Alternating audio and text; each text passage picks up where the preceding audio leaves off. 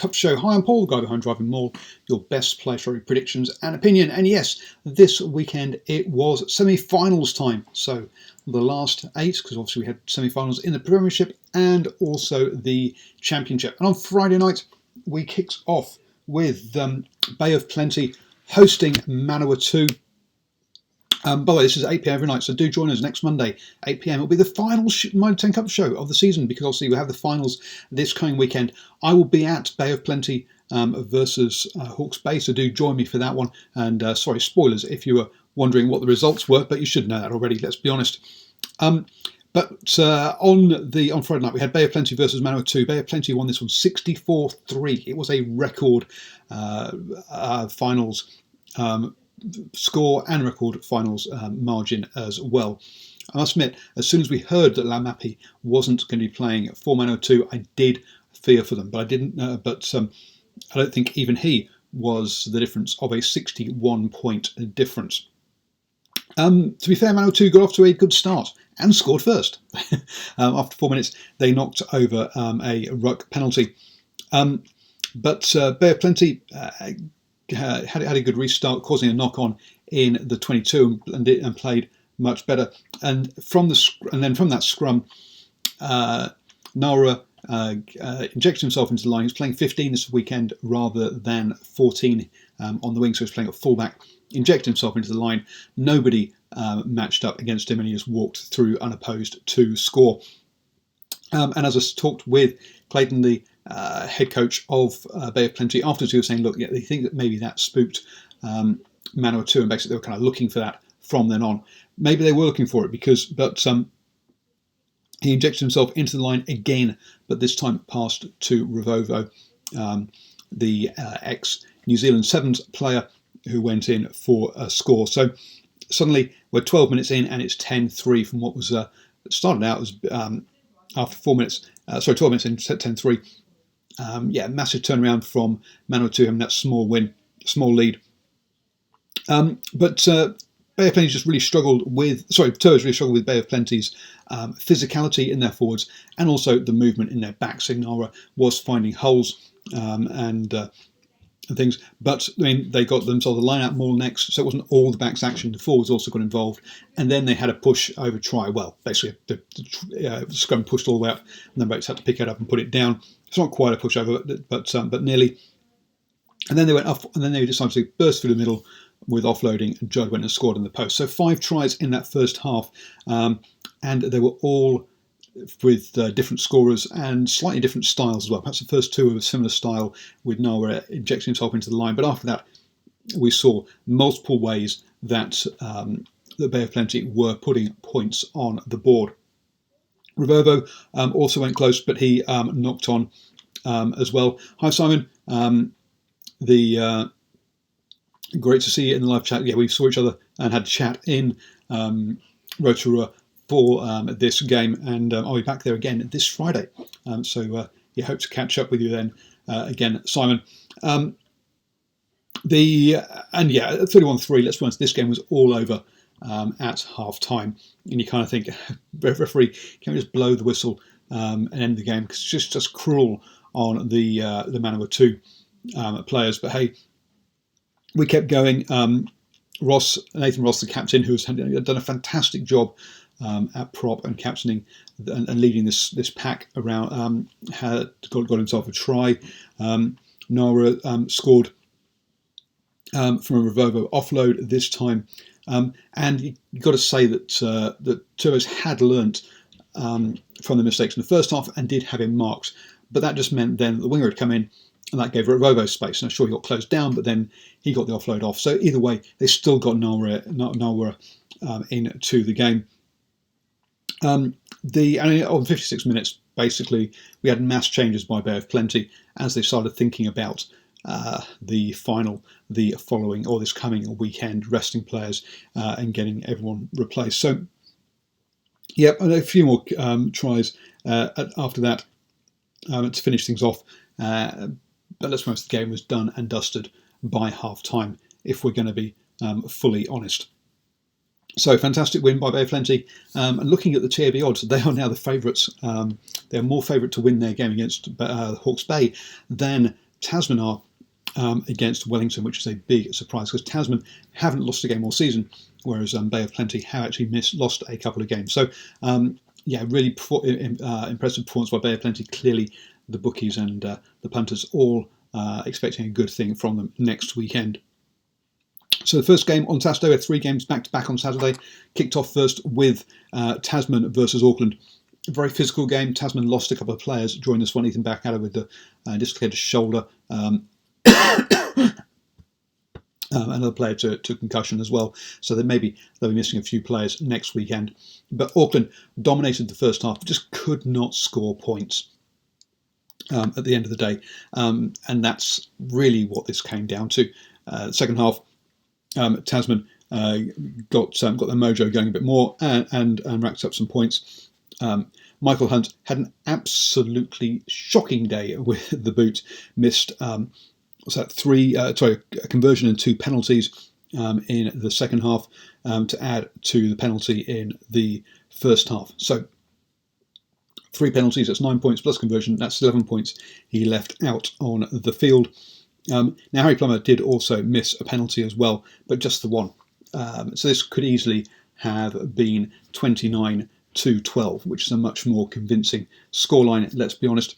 So Michael Hunt will want to find his kicking boots for next weekend against Wellington. But so it's one of those ones where the scoreboard doesn't really show how dominant Tasman were, how comfortable Tasman were winning this game, really. So Auckland had the opportunities in the first half, didn't put the points on the board, and that was their big problem. So so Bay of Plenty and Tasman therefore get to host their games. Bay of Plenty is on the Friday night, Tasman on the Saturday. Follow that up with Hawke's Bay versus Otago, and Bay of Plenty will be very happy with how long this game went on for, because this one went to the full 80 minutes. Then we had extra time as well, and that's what it took for Hawke's Bay to finish it off and get themselves the win. Having talked to Ben Herring the previous weekend about the attitude Otago were going to take to this game, it was no surprise to see them up 14-24 at half time. They really did play well to get themselves in that situation. The wind, then they had to play into the wind, and it became all Hawke's Bay. Ty Falcon knocking over a penalty, and then a couple of tries to McClutchy and to Flanders. And suddenly they're in the lead at 31-24. And you're thinking, with time running out, Otago came back to score a try and even things up. And with both sides having perfect kicking records, the pressure was on come the second half, or come the extra time. Otago went out there, got the first points on the board.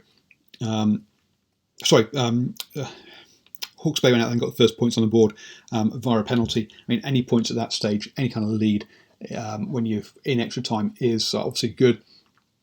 They came back with a Maffey try just for Ty Falcon. I'm getting all mixed up now. Otago scored first. A try by Hawke's Bay gave them the lead. Iwani, with time running out, did have the chance to even things up, missed his conversion, and then Ty Falcon finished off with a penalty to secure things on 100 minutes. But that's going to be a very tiring game, obviously, and so Bay of Plenty will be happy for that Hawke's Bay had to go through the ringer of that game. That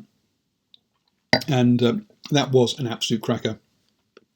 And for those of you who went on to watch the Rugby World Cup games after that, it definitely set you up really nicely for a fantastic weekend of Rugby World Cup games. I didn't watch the Wellington Canterbury game live. I watched a recording on Sunday instead. But 30-19 kind of suggests that it might have been vaguely close, but not really. Wellington just took Canterbury to pieces in that first half, 17-0 at half-time. With when you look at the sort of Amango, and they also lost Amango Jensen to injury fairly early on as well. It took them a while to wear Canterbury down. They got the one penalty early on, and then the half-hour mark got a second try before half-time, and suddenly they burst out to a big lead. But Ben Lamb then added another try afterwards at 24-0. I say this game was pretty much over soon after half-time. Canterbury did fight to the bitter end, but they never really got within touching distance. And I say that 13-19 makes it sound closer than it really was.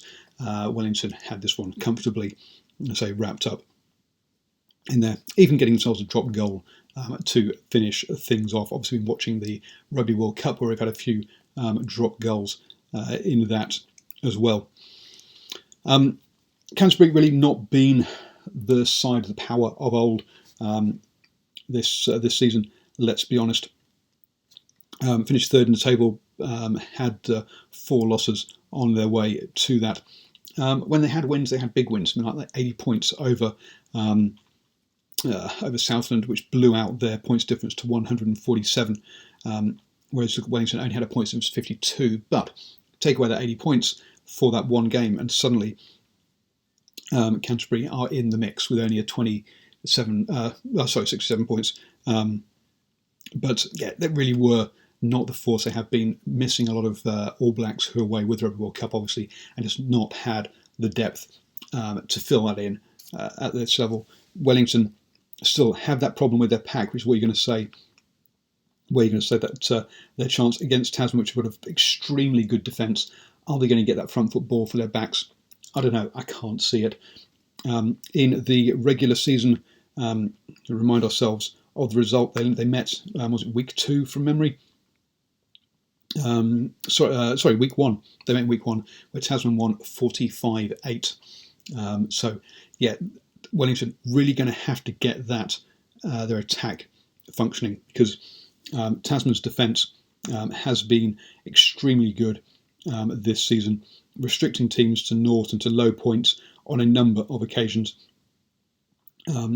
So you've got to say that's really going to be Wellington's primary objective here: get points on the board, because otherwise, against this Tasman side, you're going to give up points at some point, and you're going to go behind. So you're going to find yourself chasing the game and giving away easy points. So you've got to get some points on the board, and that's going to be the big thing for that one. The Battle of the Bays recommences as well. Bay of Plenty hosting Hawke's Bay. When they met earlier this season, the score, they played in Tauranga during the daytime, and the score was 51-24. Very convincing win by Bay of Plenty. Really put the at half time it was 31-0. This game was well done way before the end. That 51-24 makes it sound closer than it really was. So it's almost 24 points scored in the second half. But so they've lost Trask since then to injury.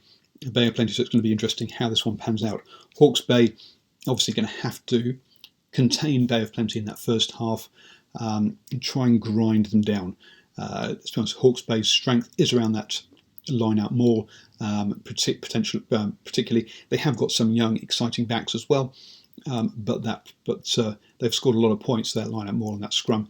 Bay of Plenty keep their discipline, don't give up penalties, don't allow Hawke's Bay to, kick into the corners for line-outs, then you're going to have to say that it could be it could be a long day for Hawke's Bay, having seen that.